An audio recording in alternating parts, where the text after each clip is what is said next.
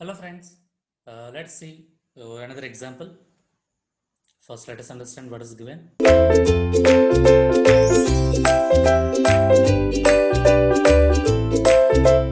A column is supported on a footing as shown in the figure below. Fine. The water table is at a depth of 10 meter below the base of the footing.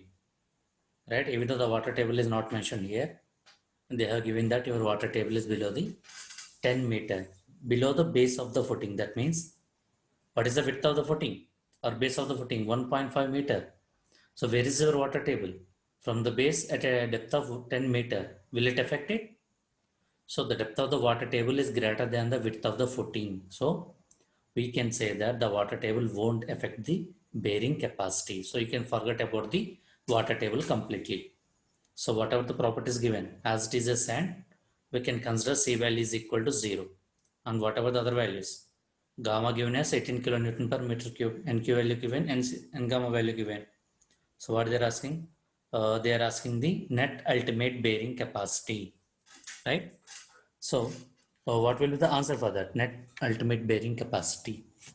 So first what we have to find out, as it is a rectangular footing. First tell me how can you find the ultimate bearing capacity? As it is a sand, C value is automatically goes to 0. And what about the remaining equation? Gamma D NQ plus the correction factor, that is nothing but a 1 minus 0.2 B divided by L into 1 by 2 into gamma B and gamma, if you recall the equation. Now substitute the values, right? If you substitute the values, how much you will get it? You will get this as around gamma value given as 18 into depth is given as 1. NQ value is directly given as 24 plus half into 1 minus 0.2. The width of the footing is given as, I think, how much it will be?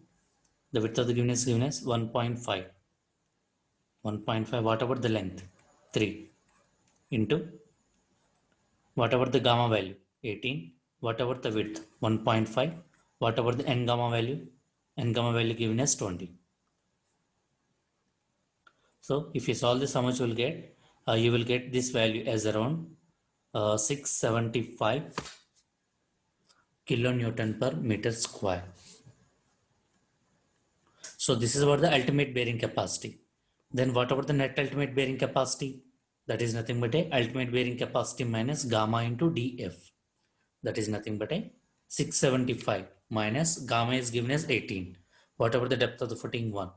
So if you are solving this, you are getting it as around 657 kilonewton per meter square. See the values. This is 675, this is 657. So in confusion, you may select. See here. Is there an option given in the question? There is no option matching, right? So which option is nearer to it? So we can say option C is nearer to that value. So we can say C is the correct option. So what about the safe load?